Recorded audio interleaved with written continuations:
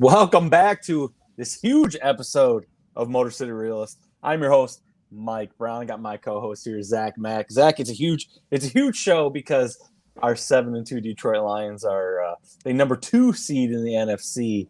But before we get into all that, obviously, Zach, we missed a few shows. I think you went to the Bucks game this Sunday. How's things been, man?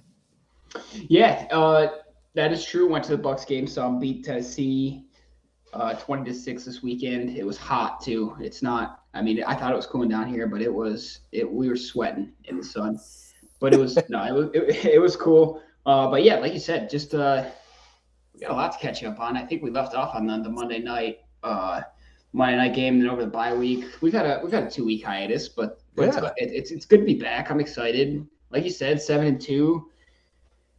Big moves in the NFL as far as the Motor City's concerned. But how have you been? How have you been since our last get together? Good. Excuse me if I'm stuttering here, but for those that are watching, listening to us, Zach and I we always mention that we do this for fun.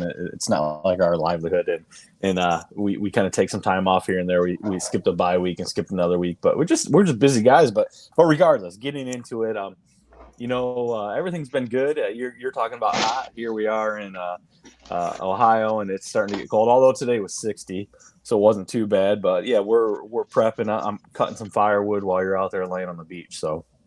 Hey, I actually got some. It's funny you say that because I ordered a hatchet and it came via Amazon today, so I got some firewood as well that I've been chopping up. Well, I got to start chopping. Yeah, for your outdoor fire pit that you guys get to sit around, where I'm shivering on the inside. So, but that's here nor there. But yes, we mentioned it. This is your home for the Detroit. I guess I should say all Detroit sports, Motor City Realist, obviously. A lot going on right now, obviously. Very heavy Detroit Lions. We'll talk some RedWings, a little bit of Pistons talk. A lot going on with the Pistons. But Zach, we'll jump right into the Detroit Lions here. Like I mentioned, 7-2. They overtook the San Francisco 49ers for that number 2 spot. Obviously, the Eagles are number 1 right now. Before we talk about the Chargers game that I was kind of indifferent about. But I did see our schedule compared to Philadelphia's for the remainder of the season. And I know we called out our wins and losses in the last part of the season. It was pretty soft. Philly's got some pretty heavy opponents. Detroit, obviously, we're preparing for Chicago. Then we got Minnesota twice. We do have Dallas on a Monday night game. But the schedule really plays out well for us, especially here we are 7-2. I think if we go 8-2, it's the first time since 1964, something like that. But schedule, we're talking, not to get too far ahead of ourselves. We want a playoff spot, but we're talking about the number 1, number 2 seed. Did you think this early on, halfway through the season, we would be in this situation? Well, I would say, I think I'd have to say yeah, because we're pacing pretty good for our predictions that we made at the beginning of the season. 7-2 is right there. I think we had us. I think maybe you had us at 4 losses. I had us at 5. So, yeah, I think that would be everything. I mean, obviously, getting into the playoffs is one of the number 1 goals on the season. But to host a playoff game at home, which I don't think it's ever been done in Ford Field. I think the last time we hosted one, we didn't have Ford Field. So yeah, that would be cool. I don't want to get my hopes up too high. That's quite a bit in the future. But yeah, that would be. I mean, I've already tossed around like how much money would I spend? How many would I quit my job to go to that game? And yeah, I don't know. It's a real possibility. Well, I mean, you kind of just mentioned it, and obviously this is not Detroit, but you just mentioned a year removed from Tom Brady in Tampa Bay. The nosebleed sections were going for what? Yep, 130 last year. And then you can dial them on for about what, $25, $26? Yep, it was $26 in game time this past weekend. So obviously great for the community. Detroit's obviously had home sellouts, but yes, it's hard to believe we're in this situation. It continues to bode well for us. But this game was, this game was the LA Shootout is kind of what I'm calling it here. This is kind of like the Lions of the old is what I expect this past game to be. I feel like, but it was setting up to be, okay, we can win this, where usually it's like, okay, what are we going to do to lose it? So I know you missed a little bit because you were traveling from the game, but you caught a lot of it.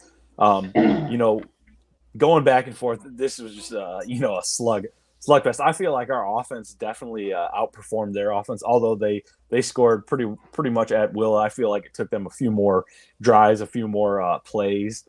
Obviously, they had some players go out injured that came back, but overall, I feel like our offense looked really well. Defense was a little bit of a concern, although again, I give it up to Cam Sutton. I think there was a game in between that he kind of looked suspect for the first time all season, but I think he played really well. There were some pass interference calls, kind of went back and forth. But we'll talk about Gibbs. I feel like it plays out every week. Well, we say, hey, we're going to talk about Gibbs, because it's starting to churn. Obviously, David Montgomery. But what was your take on that game? I know we talked briefly, or I shouldn't say briefly, early on about predictions. We didn't get real deep into games, but we predicted games. I was really surprised with the way that with the way that the game played out. Essentially, it went down to a field goal. We won it, obviously, but our defense, I feel like this is one game that we really got tested. The pass rush, I feel like, has been up and down all season, which we're going to talk about Bruce Irving getting assigned to the practice squad. But Zach, what was your take from the game overall? Anything that positively stuck out to you? Anything that negatively, glaring weaknesses? Anything specific? Well, like you mentioned, it seemed like we kind of jumped out to an earlier start than LA did, and that could be because we came off a bye. But that was the biggest thing that I noticed, because before the bye, we had the Monday night game against Vegas, the Raiders. And although we won that game, we left a lot of points on the field. And I don't think that was a good game that we played. Obviously, in the NFL, you'll take a win any way you can get it. But I don't think anyone on the Detroit Lions would say that they played that game very well. So it was good to see us jump out to, I think it was like a 17-3 lead early against LA. And that's what to me, the way we started was, I'm glad it wasn't coming off a bye that we were sluggish. That it's much better to see the guys amped up and the running backs going at it, which I know we'll touch on later in the show. But yeah, to me, the biggest thing was the start that we came out with, especially like, I always feel like, and I don't really know if there's any data to back this up, and I'm too lazy to look it up, but I feel like it's tough going west and playing. Oh yeah, I'm sure. It seems tougher to me than coming east and playing away. So yeah, I was inspired by the start that the Lions had without. Yeah, and I think definitely that was good, because, like you said, traveling to the West Coast and springing out like that looked good. Talk about Gibbs, the two-headed running back monster that we got right now. Gibbs, Montgomery coming back. 2 weeks without Montgomery, Gibbs looked like the real deal. He pretty much paced the NFL for the 2 weeks while Montgomery was out with most line of scrimmage yards. Last week, we weren't sure how they were going to use him, getting them both in the action. But, 2 touchdowns, 77 yards, something like that. And then David Montgomery, his long run. I think that they said that was the longest run this season by a running back, and the longest run since Javid Best for the Detroit Lions. Oh. So crazy to see these two guys. It kind of takes me back to, I don't know if you remember the days. Well, you kind of a Carolina, D'Angelo Williams, when they had D'Angelo Williams and why can't I, Rashid Mendenhall? Or was it Mendenhall? Yeah. That's I don't even know if it was on names. I think it was. I could be wrong, but either way, they had that two-headed monster, and those guys just supported each other. They just were happy for each other. They had but that was what was really impressing to me about that game, to see. Our offensive line is a bunch of juggernauts. We've shuffled a lot of guys all season, but we continue to open up holes. But to see, Montgomery come back, be healthy, Gibbs hitting stride. I wouldn't say, running back controversy. I think there's like a 1A and a 1B, and it's just kind of feed the hot hand. But really, this we went from, and we talked about this before, Swift and Jamal Williams to these two. Very unsure what was going to happen. Jamal Williams is a huge fan favorite. Jamal Williams has done absolutely nothing this season. Obviously, DeAndre Swift is enjoying a good season. But, what's your – and we've talked about this before, but what's your take on these two guys? Because they're quietly being mentioned as the best backfield in all of the NFL. Yeah, I don't know if you saw the clip where they were on the sideline for this game last weekend, and Montgomery said to Gibbs, I can't let you be having it all, and went out and busted out that run. So yeah, I think they do feed off each other. I think they support each other, like you said, which is cool to see. And yeah, it's funny you mentioned the backfield last season compared to this season, because my brother had sent me something earlier this week about how combined.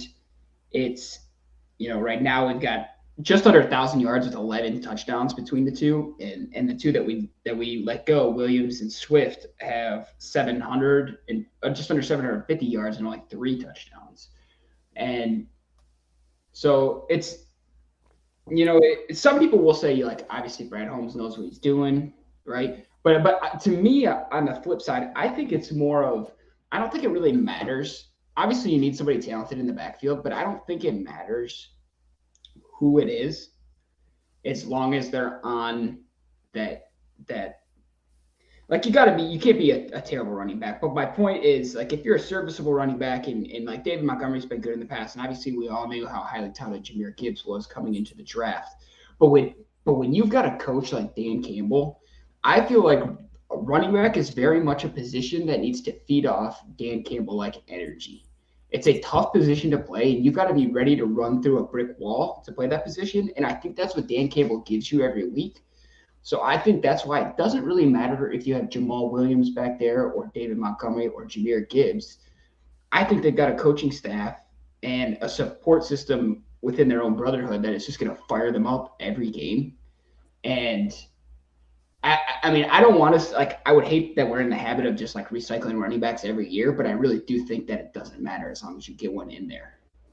Yeah, it's funny you said that, because that's exactly who Dan Campbell is, that runs through the brick wall. I mean, you just listen to the guy, and he can make the basic white boy sitting here doing a podcast want to run through a brick wall for him, Exactly.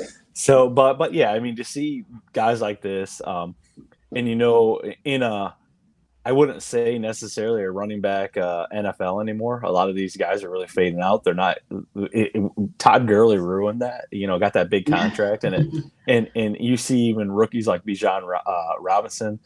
And don't get me wrong, they're still getting their usage, but I mean, it's a passing game. It's a passing NFL, which kind of transitions me into.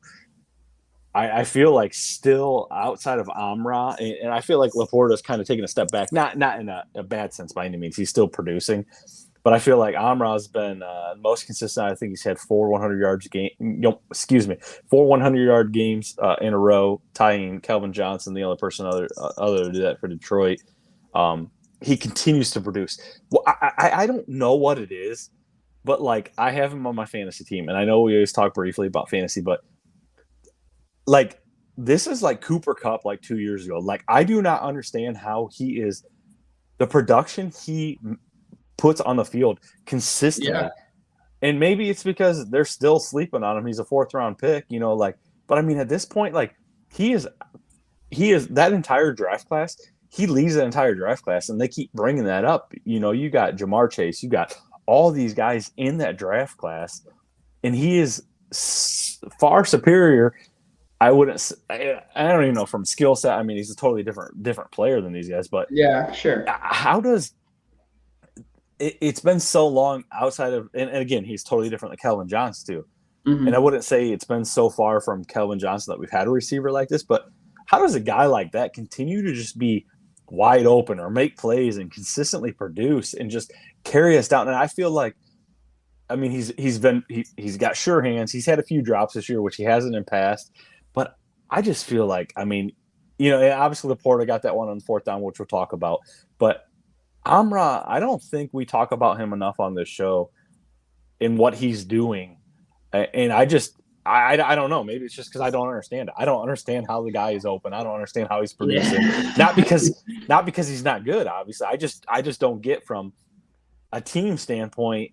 I mean, do we really have that many weapons on offense right now that people can't double coverage, can't game plan for Amra? Yeah, and that's a good point you bring up because you're right. I don't think we mentioned his name enough. To be honest with you, I maybe have mentioned it once or twice. I think you do a lot of the Amra hailing over here, but yeah, I think I need to start carrying some of that weight because you're right. It is like to me, it's got to be like a combination of his IQ and his versatility because he can run he can do a little slant. He can run a little button hook and run it tightly. But he's not gonna be the guy that's running streaks and mossing defenders. So I think that's why maybe he flies under the radar a little bit because you don't really get like the highlight. He's not like sexy. Yeah. You're not gonna get like a 45-yard reception by Amon-Ra shown on SportsCenter, right? He's gonna get 12 catches that average 9 to 11 yards per catch, and that's gonna put him over 100 yards. And he's just Mr. Dependable, I feel like. So I'm curious to see because I feel like Jameson Williams, there was so much hype around him, and he hasn't, hit the ground running like everyone kind of wanted him to. So to see Amon-Ra being that Mr. Versatility is huge, So I just think but you're right. I don't know what it is because you'll see it. It'll be like fourth quarter, and it'll be like, yep, 9 catches, and he's got 112 yards, and you're like, how? Like he's been catching 8-yard slants all game. It's crazy. And I'm glad you bring up JMO too, because like obviously everybody that watched the game on that Montgomery run, JMO just came out of nowhere and laid the lead block, and he was like 15 yards behind Montgomery. That shows. But I feel like in all the tough critics, and I'm probably one of the biggest ones because I feel like a prospect like that, there should be more. I know there's been a lot of hiccups, but I feel like he's got 5 touchdowns in the past year and a half, and really only one of them count because I feel like every touchdown he's had has been called back on holding. He had that early touchdown in the game where he kind of jumped over and it got called back. One of his first catches was called back in the NFL for the long bomb, but they say he's like a great person to be around. He just loves football. He enjoys it. He puts in work. So it's weird that it hasn't translated yet. I know you're talking, he's been in the league a year and a half, but basically he's really not even had a full season under his belt. So I want to see him get going. Obviously, Donovan Peoples-Jones getting signed. But I just, outside of Amra, it's just awesome to see this committee, these players come together and just, play. Obviously Laporta, I don't know if you saw the article, pretty much saying that he said that Detroit didn't allow him to be a rookie this year. They told him that I did see that. The way they threw him to the fire, but it wasn't like anything bad. He wasn't complaining about it. He was just saying they thought that highly of me that I came right in and so that goes to show, with what they expect from him. And Brock Wright, he's a blocking back. He's getting a lot of reps, but overall, outside of Amra and I see JMO getting some snaps, it's been a committee, a lot of guys going in and out there and producing. So it's really good to see. The offense, obviously, we're talking highly about the offense right now. The defense hasn't been bad by any means, but I don't know if you want to throw anything in there to the offense quick before we transition to the defense. I just want to touch on it, and maybe I'm getting too ahead of myself, but the more we talk about these young guys, and you can even throw Amon-Ra in there with JMO and Jameer and Laporta, and it's like, it's almost heartbreaking to think we're not going to be able to pay all those guys to be Lions forever. So it's like who's going to stick around and who's not. And when it comes to the offense, that's tough, especially since we're probably not going to have Ben Johnson forever either. And it's just like eventually, that's the downside of having everyone so good at this age when they're just coming in and a team that's clicking like this. So you got about a 2-year window to really capitalize. Yeah, that's true. Because then, like you said, I think we got $50 million in cap, but that by the time these rookie deals 3-4 years are up, you're not going to have that money. So Yeah. But moving on to the defense side of the ball, we signed Bruce Irving. I think he's 34 or 35, former number 1 pick with Seattle, produced last year. I really like the signing. He's on the practice squad right now. He'll probably be elevated. But we need that. They came out and said Houston's probably not going to be ready for a little while. Pascal, the rest of these guys, Kaminsky, they're all hustlers, but they're not really producing a whole lot of sacks and stuff like that. So we need kind of that push. Another rookie on the opposite side of the ball here, Jack Campbell's played great as of recently. I don't know if you've realized Malcolm Rodriguez, the former rookie from last year that played a lot of linebacker, he's playing a little bit of fullback this year. I like seeing him out there. He's kind of gritty, but what's your take on the Bruce Irving? Obviously, it's not a huge splash, but I mean, a guy with tons of potential, kind of towards the back end of his career. But usually, guys like that, Detroit's never really been a huge destination for players. So that's a guy saying, I'm kind of on the back end of my career that I'm coming in, and I want to play with a contender, and that's a little different than what we've been used to in the past. Yeah, it seems low risk, right, for a potential high reward, and for a guy of that age to be willing to come and sign to a practice squad and be like, I'll work my way up to whatever position I can be to help this team win a Super Bowl. And he obviously believes that the Lions have what it takes to be, if he wants to play for a contender, he believes that the Lions have what it takes to be a Super Bowl contender, and must be buying into what Dan Campbell's doing.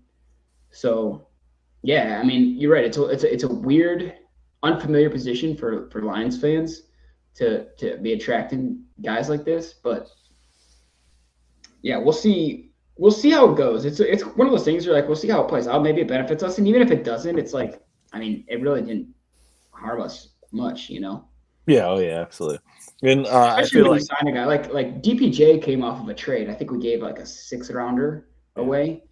But for this, you're just signing them, Yeah, and there's really there's probably performance bonuses and stuff like that, which is great. But I feel like Hutchinson is still being Hutchinson. I think he's getting the pressures, but he's not getting the sacks because there's nobody else to kind of really take that pressure off of him. I think we need to line somebody else up. Yeah, I wanted to ask you about that. Like, what do you think? Because you're right, Hutchinson is a beast, right? He's a monster. But the Lions tied 21st in sacks, which is it's lower than you'd expect. Especially with what we did last year. Now I know Houston's out, and he had a ton of sacks in like a half a season last year. Yeah. So you're dealing with that, but it seems like tied for 21st is way lower than we should be when it comes to sacks. Yeah, I mean, and probably, well, I mean, obviously, without Hutchinson, we'd be even lower. But I feel like, this year there's not a complementary piece on the opposite side that can really make that push. We've got a lot of decent presence, but I mean, there's not two guys on the ends that can really pinch the pocket that are really changing things. Although, obviously, we'll talk about Chicago, and they just announced Fields is going to play this week.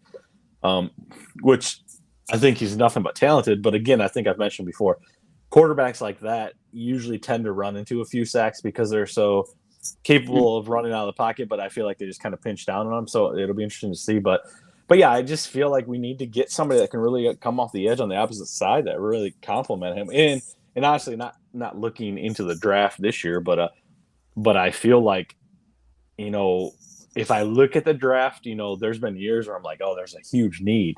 There's a huge need at this spot. There's a huge need. And I feel like that gap is closing so we can be more picky. But I feel like you're probably going to have to go defensive line one more time. Where we at. Obviously, Holmes has made a living on best player available, and he's done great. But you got to compliment Hutchinson because that dude, I don't know. And maybe it's because I'm an Ohio State guy. But I did not understand it until he played Ohio State that last game. Hutchinson was nothing. And I look at the guy and his motor, I mean, he just does not stop. And I feel like the way he walks and runs, I feel like he'd be so uncoordinated, but the dude just does not stop. Yeah, no, it's funny you say that because even when we drafted him, to be honest, I wasn't even completely sold on him. I was like, This just seems like a guy that went to Michigan is going to play in Detroit. We probably kind of reached a little bit for this, but no, obviously he turns out to be great. But you're right about the need maybe being on defense. We need some sort of contain. And you mentioned like they announced Justin Fields is going to be the quarterback this weekend, and that worries me a little bit, right? Because our losses are Geno Smith and Lamar Jackson. And these are mobile guys. Yep. Right? So I get worried when I see that. Now, granted, I don't think Justin Fields is as good as Geno Smith or Lamar Jackson, but point being is that I think he can still burn you a couple times, and for our defense that is not getting pressured the way it should be, I think he might escape here and there. But again, that is the proof in the pudding is shown in this LA shootout game. When you can't get pressure and you've got a quarterback like Justin Herbert who is good in the pocket, he's going to tear your defense apart. And we saw that. So luckily our offense was able to keep pace and had a big enough lead early on that it ended up in our favor at the end. But that game was always just going to be, I think, whoever had the ball last. So yeah. So I definitely agree. Defensively, kind of moving into that Chicago game here, with the news of Fields, I feel the same way with you. I feel like the only thing is it's kind of like maybe the rebound game for our secondary. They didn't do anything wrong. I think Jacobs has played really good all season. You're talking about a guy that was not highly drafted, not highly touted, kind of making earning his keep. And I mean, he's been dead on because they're not throwing at Sutton. They're throwing at Jacobs, and he continues to provide. Looks good. But I think this is going to be a big Jack Campbell game because, like you said, a quarterback, he's going to have to spy him. He's going to have to run with him. And Anzalone, I can't sing his praises from the first episode. I've already apologized to the guy. He's played great. But I feel like the linebackers are really going to have to play big because Cole Kmet is their big guy. And obviously, DJ Moore, I feel like we should be able to really take care of DJ Moore. But I feel like the tight end is what's hurt us in past. Our defense that we run kind of leaves the tight end open, so it's really going to be a big linebacker game. But yeah, Fields, he's like you said, he's one of those guys that he can throw the ball. You're not so worried about him throwing, but it's nothing for him to rip off a 50-yard touchdown run. Yeah, and I think our saving, not really our saving grace, because we're much better than the Bears are, but I think one of the things that can ease my mind a little bit with having Fields back there is that the dysfunction of the Bears offense with, Fields started at the beginning of the season and then they had this Badgett guy or whatever. Now you're going back to Fields and it's just like, how do you have any sort of fluidity to your offense when that's your quarterback situation? So I think we can take advantage of that. I don't think that our offense should struggle all that much against Chicago. So I don't know. I think it's an easy win in the bag. I think we go 8-2, but it's funny because I'm amped up about this game, and it's not even like one of the better games on our schedule, but it's a division game, and now feeling like in the past, like we were just dreading division games, right? You're either playing Aaron Rodgers or you were playing a Bears defense that was going to eat us alive, and nowadays it's like I can't wait because now that's just like that's more ground we can cover in the division. And even Dan Campbell said, he's like, I want all the NFC North competition. I want all the smoke. I want this to be as competitive as division as possible. So he feeds off of like, this is a division game. Let's go out and put the pedal to the metal. So I'll give a score. I'll give a score. I was saying you throw it out there. I was just saying. I feel a 31-13 win. Yeah, you get in that 30s. I feel like it's so easy to say, hey, is this one of those gotcha games where you really got to beat? But I feel like the same thing. I feel like we should hang 30, no problem. And I'm kind of with you there. Maybe 35-14. I think like it's funny you mentioned the NFC North because quietly the Minnesota Vikings are still hanging around. They're still basically right now, if the playoff prediction went around, we're the number 2 seed. We play the number 7 seed, and it would be Minnesota.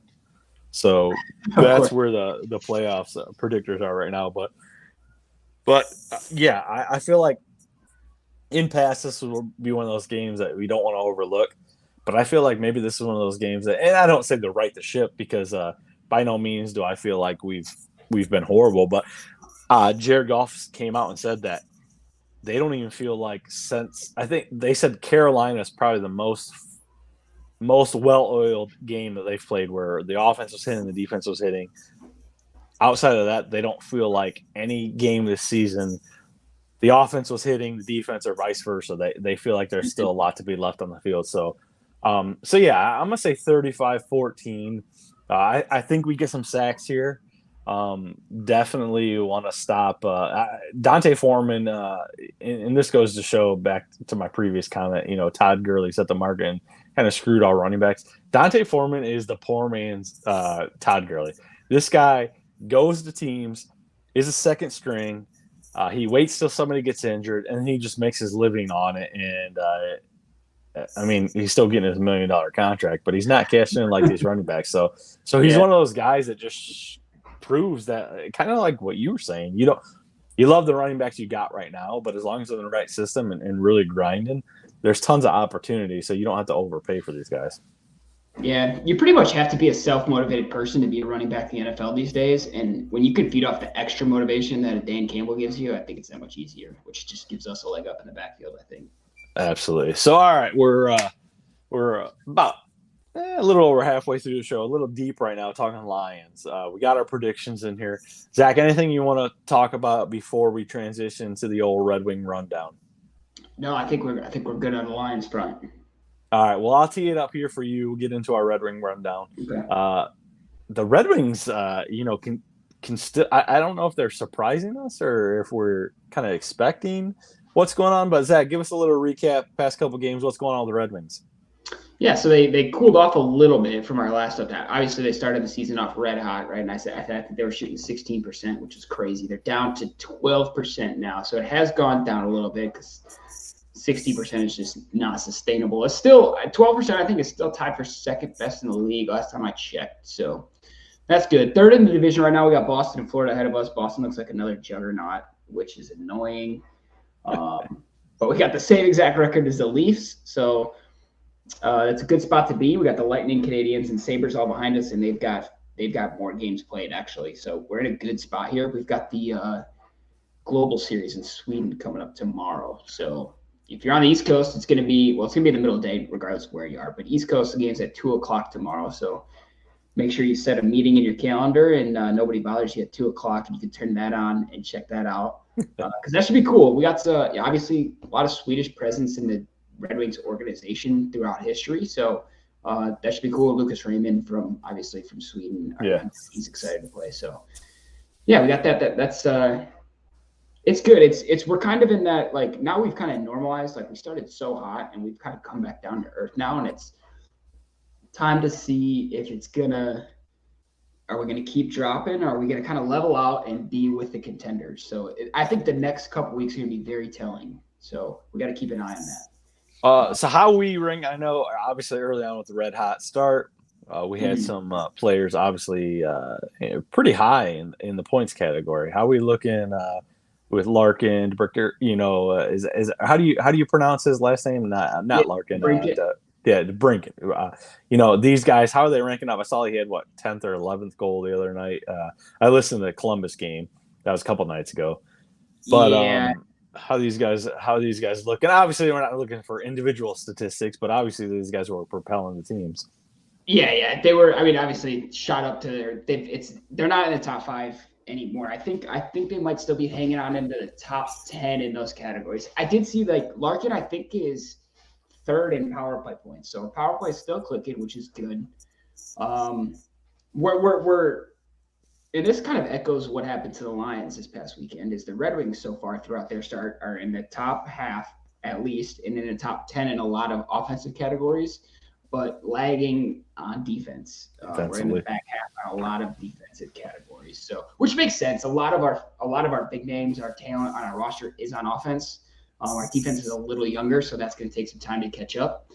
But one other thing I did want to mention on this show that is important to keep an eye on as a Red Wings fan is the Patrick Kane sweepstakes, which I know we touched on.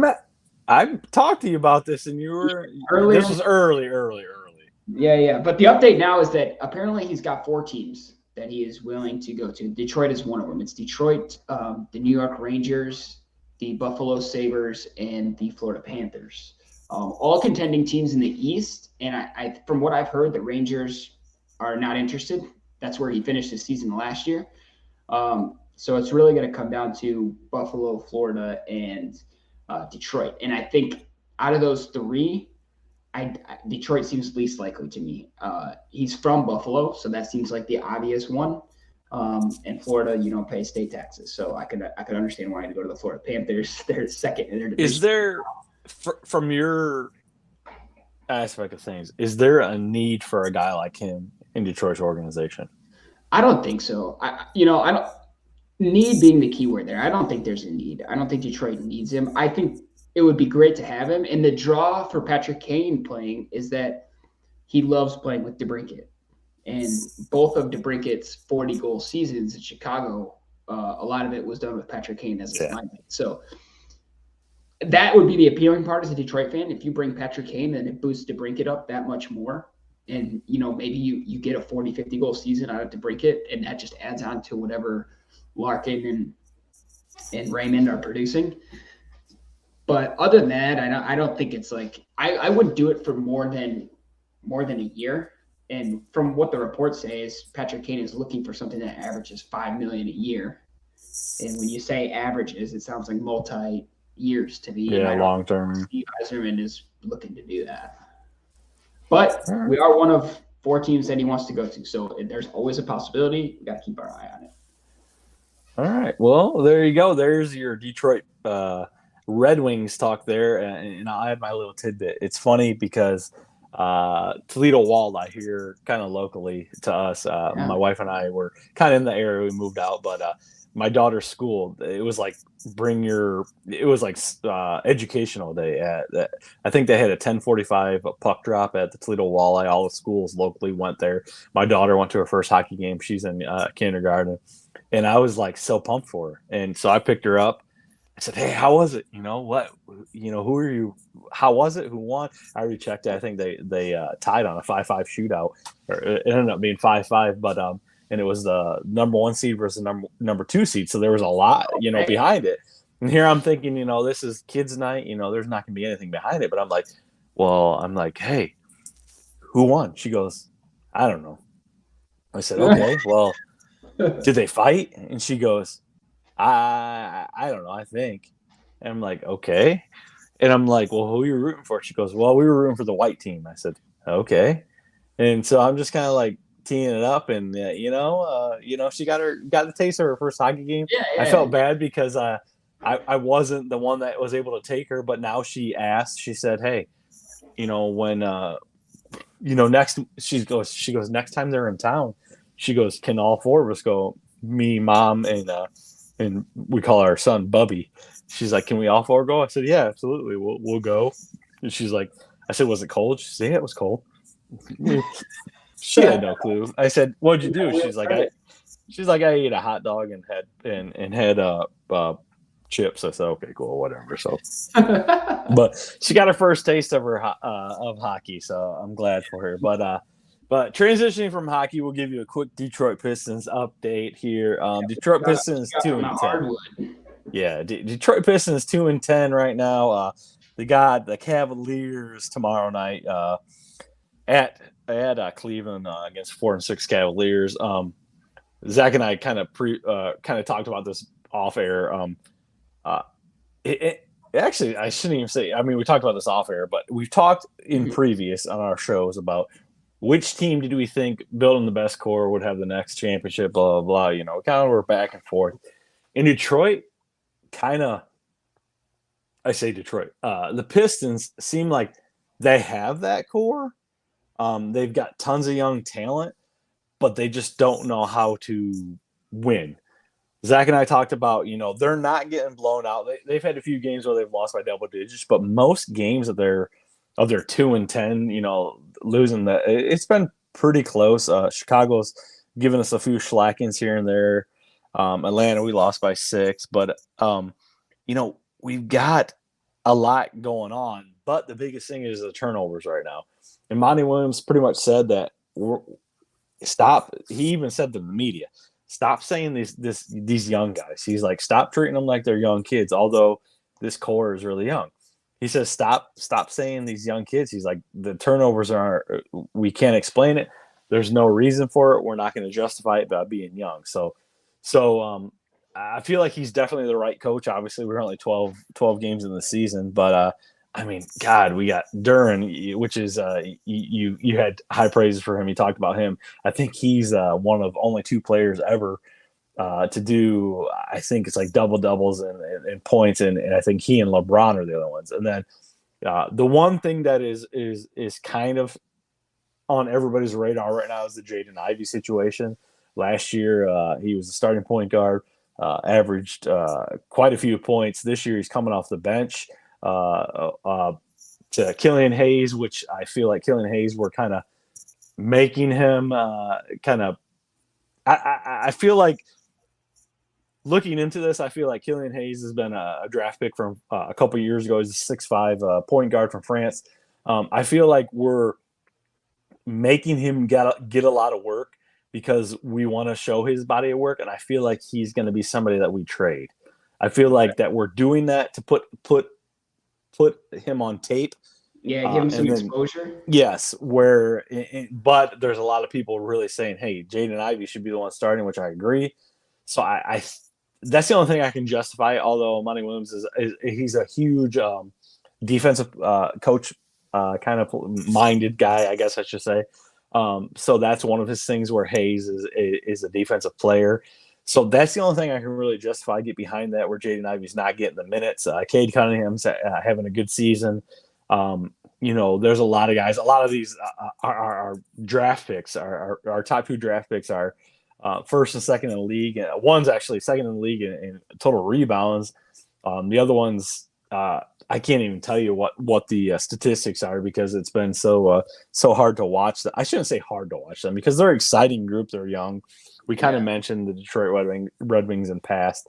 But I wanted to talk about the Killian Hayes Ivy situation because there's a lot of people, a lot of grumblings, not very happy about Ivy not playing the minutes that he should be playing. People worried about him saying, I want out of Detroit. Obviously, it's only second year, but that's the only thing I think about. And I kind of am thinking that they want to get some tape on Hayes to move him, to show. And I think that's the best opportunity where Ivy will come in, get this young core going. But yeah, I mean, turnovers, that's what's killing us right now.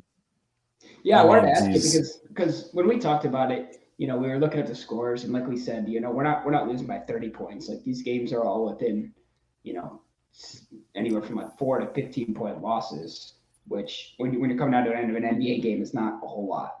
So is it? But you also mentioned, because what I was going to ask you is about the coaching. They got a ton of talent, right? We're not allowed to call them young guys anymore. So let's just say they've got a ton of fresh talent. Yeah.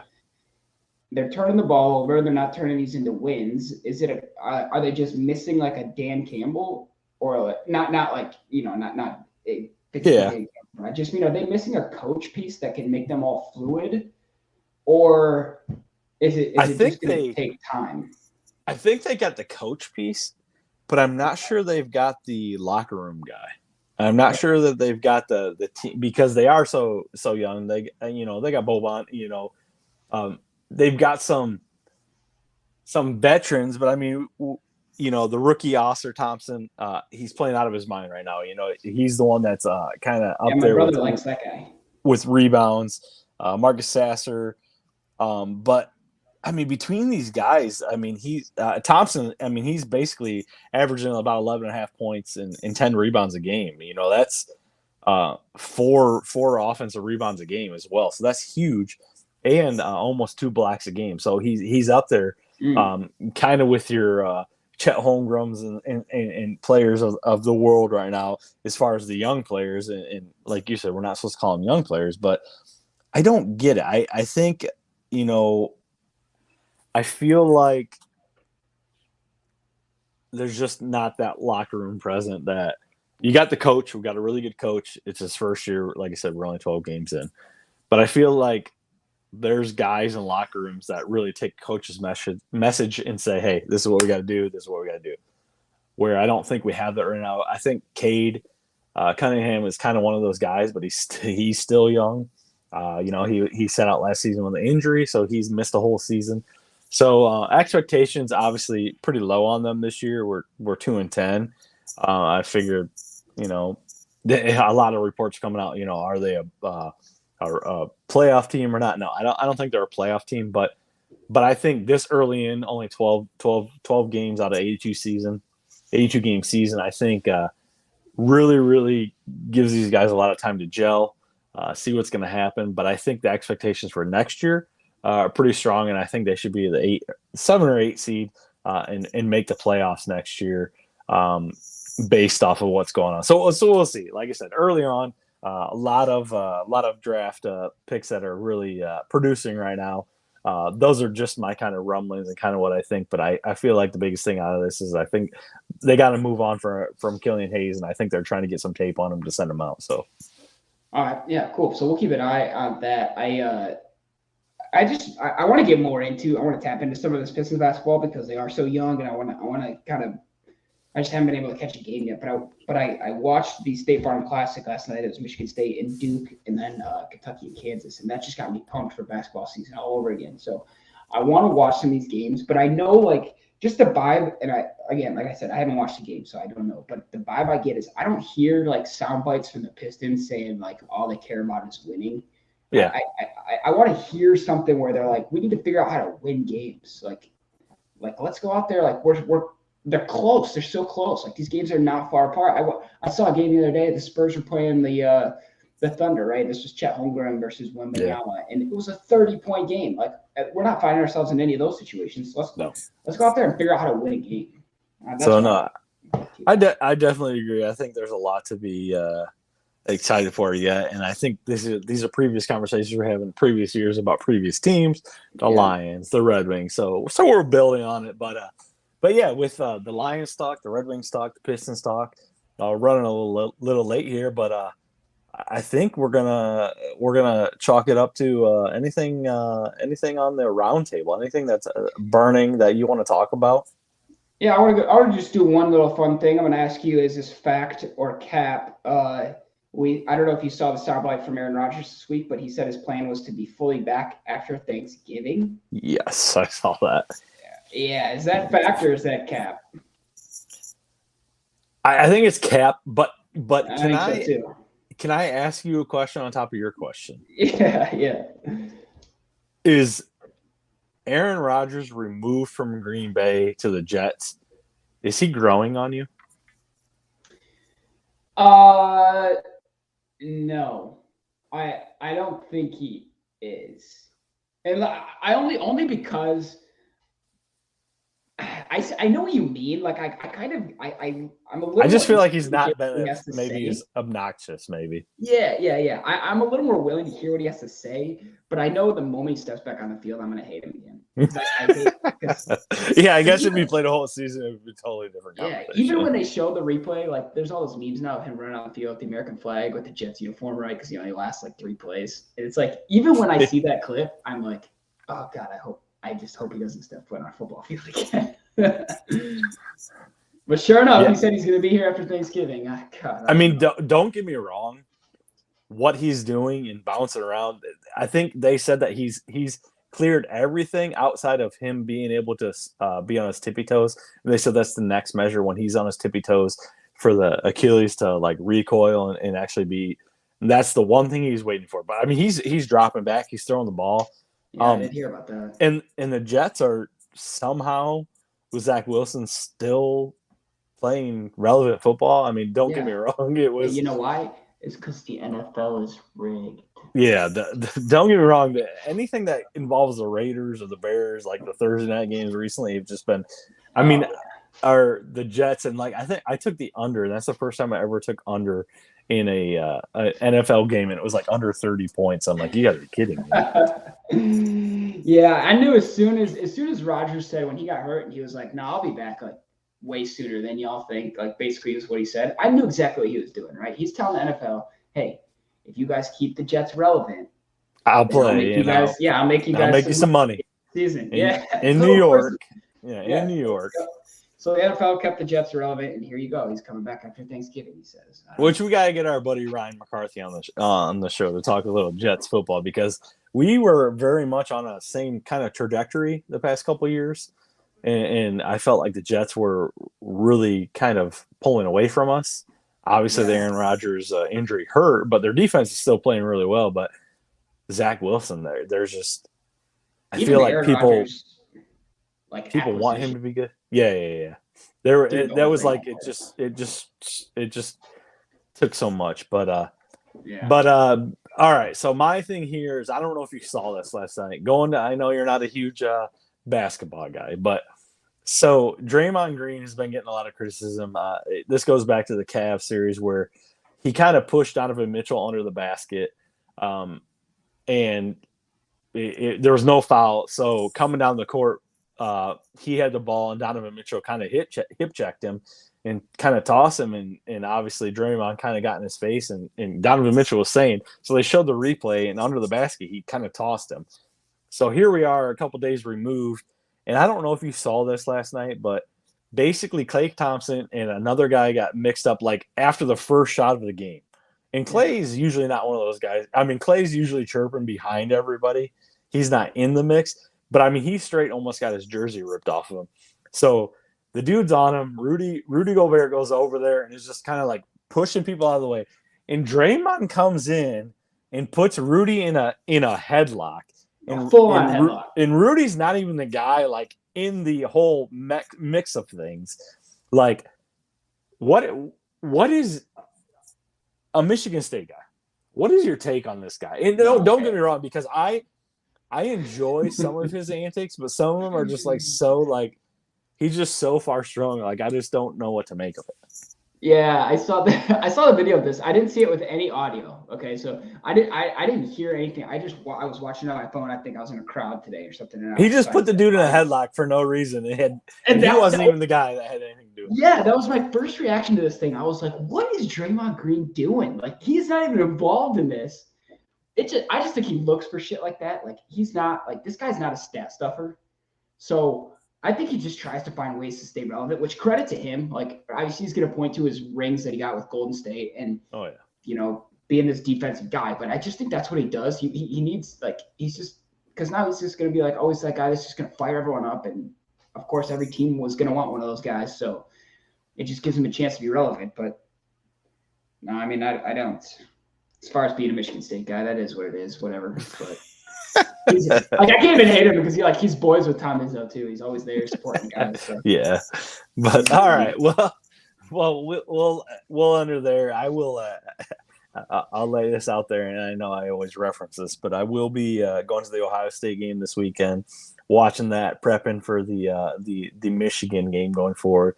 Obviously, we don't need to. We've kind of talked about the science. Rutgers, no big deal. It's like a 4:00 game, but we're going up, so no big deal. Maryland or something. Yeah, so it's well. I mean, I guess I should ask. Well, what's your take without opening a can of worms on this? The suspension for Harbaugh. He coaches all week, but game day he can't coach. Yeah, I think the suspension's kind of BS. Without going like too far into it, I feel like. And I think we've mentioned it. I feel like don't get me wrong, Michigan far exceeded, but I feel like every team is stealing signs. Maybe not sending somebody to the sidelines and videotaping, but yeah, it's kind of a cop out. I think you got to complete the investigation first, Yeah, and that's what they said, due diligence, and and I'm Ohio State guy, even though I'm obviously Motor City realist. Detroit is near and dear to my heart for pro teams. Obviously Ohio State, I know that's going to cringe for some people, but I'll tell you right now that as far as Michigan, I think there's probably something going to come of it, but I think for him to be suspended in the next 3 games, especially going to Ohio State, I think it's kind of ridiculous. Yeah, and here's the sad part about it, right? And I'm not going to take too long, but like let's say his suspension is held up and he can't coach against Ohio State, and then Ohio State beats Michigan by like 3 points. Like, how are you even like? And to me, like, I'm not a fan of either of them, right? So I've got no dog in this fight, but I'm like, I don't know how you feel as Ohio State. Like, yeah, you won, but also Michigan didn't have that coach. It's like, to me, it just throws the whole season out of whack. Well, being in that rivalry, that'll be the exact same thing. That'll be the thing. And don't get me wrong, I would, if Ryan Day was out there, our coach was out there. Basically, if Ohio State wins, it's an asterisk. It's one of those asterisk games. Oh yeah, we didn't have our coach. All right, whatever. I get it. So, but yeah, not to carry on. We can talk more on this, but Zach, man, hey, 2 weeks off. We get it in about an hour episode, a little longer than usual. Run. We crunched it in. We had a lot to talk about, so a lot to get back together. But looking forward to Chicago. Like I said, usually these are some games that kind of you can overlook, but I feel like this is one where we really got to hit the home run. Looking forward to it. So, Zach, I'll let you take us out, man. Yeah. Thanks everybody for tuning in. Those of you that tuned in for the live, we appreciate it. And for those of you listening on the podcast, we appreciate that as well. We may or may not be here next week. It's Thanksgiving week. Obviously, we know the line's on Thursday. So Mike and I will do our best to get something out for you guys, but you may miss us for another week. But at worst case scenario, we'll be back in 2 weeks to wrap up this Bears game, the Packers game that is happening on Thanksgiving. But until then, everybody, stay safe out there. Safe travels if you're traveling for the holidays. We appreciate y'all for your support. From myself and from Mike,